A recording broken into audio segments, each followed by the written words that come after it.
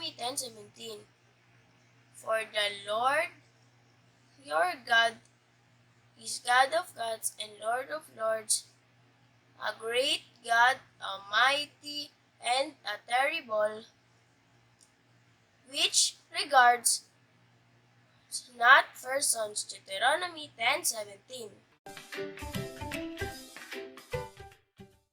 Magandang araw mga bata, ako muli si Ate Nanette, ang inyong tagapagkwento sa araw na ito.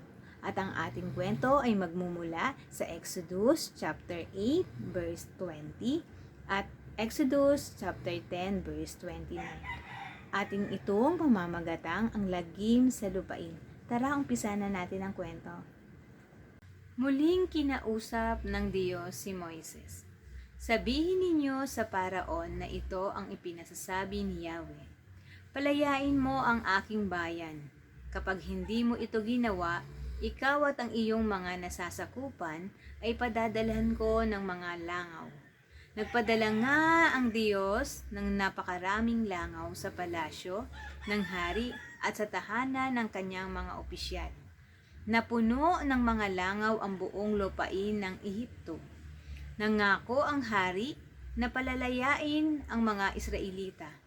Pero nang nanalangin si Moises at inalis ng Diyos ang mga langaw, muli nagmatigas ang hari. Inutusan ng Diyos si Moises na muling bigyan ng babala ang hari, kapag hindi pa niya pinayagang umalis ang mga Israelita. Padadalhan ng Diyos ng matinding sakit ang lahat ng mga alagang hayop ng mga Ehipsyo. At ito nga ang nangyari. Lahat ng mga kabayo, asno, kamelyo, baka, tupa at kambing na pagmamay-ari ng mga Ehipsyo ay nangamatay. Pero walang namatay ni isa man sa mga alagang hayop ng mga Israelita. Ganunpaman, nanatiling matigas ang loob ng Paraon at hindi niya pinayagang umalis ang mga Israelita. Kinausap na naman ng Diyos si Moises. Kumuha sina Moises at Aaron ng mga abo at inihagis ito ni Moises sa hangin sa harap ng Paraon. Ang mga abo ay kumalat na tila alikabok sa buong lupain ng Ehipto at nagdulot ng mga pigsa sa mga tao at mga hayop. Hindi makaharap kay Moises ang mga salamangkero dahil sila man ay puno ng mga pigsa kagaya ng ibang mga Ehipsyo. Ngunit pinagmatigas ng Diyos ang hari at hindi pa rin niya pinalaya ang mga Israelita. Sinabi ng Diyos kay Moises, sabihin mo sa hari na pinapasabi ni Yahweh ang Diyos ng mga Hebreo, bukas ay magpapadala ako ng malakas na bagyo ng yelo na mas matindi kaysa anumang bagyo sa kasaysayan ng Ehipto. At ibang mga opisyal ng Paraon ay naniwala sa mensaheng ito. Isinilong nila ang kani-kanilang mga alipin at mga alagang hayop. Pero ang iba ay hindi nakinig sa babala ng Diyos. Pagkatapos, itinaas ni Moises ang kanyang tungkod. Nagpadala ang Diyos ng kulog at butil-butil na yelo, at tinamaan ng kidlat ang lupain. Iyon ang pinakamatinding bagyo ng yelo sa buong kasaysayan ng Ehipto. Pabalik-balik ang kidlat at sinalanta ng butil-butil na yelo ang lahat ng hindi nakasilong, mga halaman, puno, hayop at tao, pero walang yelong bumagsak sa Gosen, kung saan nakatira ang mga Israelita. Pinatawag ng hari sina Moises at Aaron. Sinabi niya, manalangin kayo kay Yahweh. Hirap na kami sa kulog at yelong ito.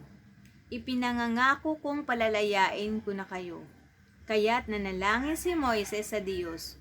Huminto ang kulog ang yelo. Maging ang ulan. Nang makita ito ng hari, siya at ang kanyang mga opisyal ay muling nagmatigas at hindi nila pinalaya ang mga Israelita. Sinabi ng Diyos kay Moises, "Pinagmatigas ko ang hari at ang kanyang mga opisyal para magawa ko ang mga kababalaghang ito sa kalagitnaan nila. Sa gayoy, maikwento ninyo ang mga ito at sa inyong mga anak at apo, at malalaman ninyong lahat na ako si Yahweh."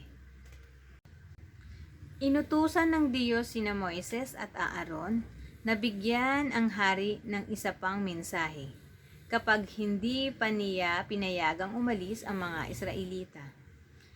Magpapadala ang Diyos ng mga balang sa Ehipto at ito nga ang nangyari.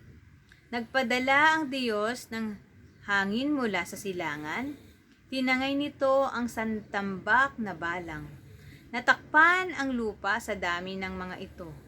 Inubos nila ang mga bunga at dahon. Muling kinausap ang hari, kina Moises at Aaron, na idalangin sa Diyos na alisin ang parusang ito. Ipinangangako ng Paraon na pawawala na niya ang mga Israelita. Nanalangin nga si Moises at ang hangin galing sa silangan ay pinaihip ng Diyos mula sa kanluran. Tinangay ng malakas na hangin ang lahat ng mga balang mula sa Ehipto. Ngunit hindi tinupad ng hari ang kanyang pangako. Inutusan ng Diyos si Moises na itaas ang kanyang kamay. Sumunod si Moises at nagdilim ang buong Ehipto sa loob ng 3 araw. Hindi makita ang mga Ehipsyo sa dilim ng kadiliman, at sa loob ng panahong iyon, walang makalabas sa kanilang tahanan. Pero may liwanag sa lugar na tinitirahan ng mga Israelita. Ganun pa man, pinagmatigas ng Diyos ang hari, at hindi pa rin nito pinayagang umalis ang mga Israelita. Sinabi pa ng hari kay Moises, "Umalis ka sa harapan ko.